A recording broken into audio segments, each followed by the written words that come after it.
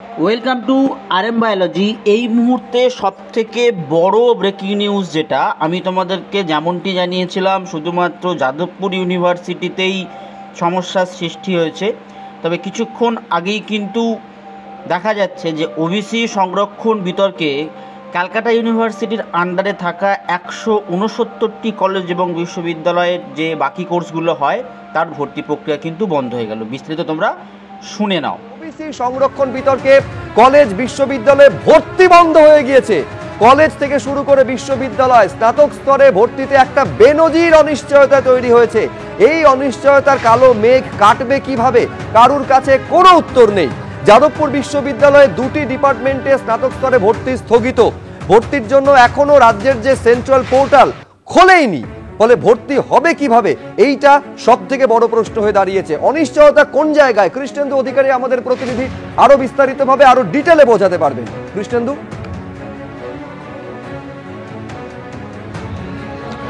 দেখো, তোমায় বলি প্রথমে যে উচ্চ মাধ্যমিকের রেজাল্ট বেরিয়েছে প্রায় 13 দিন আগে, 2 সপ্তাহ হতে চললো। তারপর সিবিএসসি বেরিয়েছে, তার আগে আইএসসি বেরিয়েছে।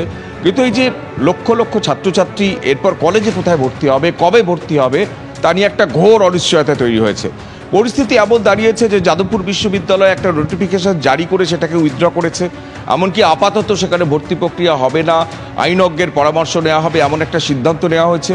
কলকাতা বিশ্ববিদ্যালয়ের অধীনে 169টা কলেজ, সেই কলেজে কিভাবে ভর্তি হবে তা নিয়েও কলকাতা বিশ্ববিদ্যালয় কর্তৃপক্ষ আইনজ্ঞের পরামর্শ নিচ্ছে। এটা শুধু কলকাতা বা যাদবপুর বা প্রেসিডেন্সির নয়, গোটা রাজ্যের সমস্ত কলেজের সমস্যা, সমস্ত বিশ্ববিদ্যালয়ের সমস্যা, রবীন্দ্রভারতী থেকে আরম্ভ করে জেলার যত বিশ্ববিদ্যালয় আছে। মূল কারণটা হচ্ছে, যেটা সরকারি সূত্রে জানা যাচ্ছে, যে এই যে সংরক্ষণ, ওবিসি সংরক্ষণ নিয়ে যে হাইকোর্টের নির্দেশ, এবং সেই নির্দেশকে চ্যালেঞ্জ করে রাজ্য সরকার সুপ্রিম কোর্টে গেছে, গোটা বিষয়টা বিবেচনাধীন। কিন্তু ছাত্র ভর্তির ক্ষেত্রে কি করে ভর্তি করবে ছাত্ররা ওবিসি সংরক্ষণকে রেখে, না তাকে বাদ দিয়ে? এই যে সিদ্ধান্ত, এটা কলেজ কর্তৃপক্ষের কাছে বা বিশ্ববিদ্যালয় কর্তৃপক্ষের কাছে পৌঁছয়নি। বিশ্ববিদ্যালয়ের তরফ থেকে সরকারকে চিঠি লেখা হয়েছে, সরকার তার উত্তর স্পষ্ট করে কোনো উল্লেখ করেনি। এমনকি বিশ্ববিদ্যালয়ের তরফ থেকে, কলকাতা বিশ্ববিদ্যালয়ের তরফ থেকে সরকারকে চিঠি পাঠানো হয়েছে, সে তার উত্তর আসেনি বলে কলকাতা বিশ্ববিদ্যালয় অভিযোগ করছে।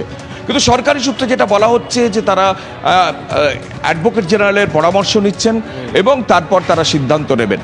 কিন্তু প্রশ্ন উঠছে যে যদি এই ভর্তি প্রক্রিয়া এত দেরি হয়, অনেকে বলছেন যে ভালো ভালো ছাত্ররা তো তাহলে বাইরে চলে যাবে, বেসরকারি বিশ্ববিদ্যালয়গুলো ভর্তি প্রক্রিয়া শুরু হয়ে গেছে।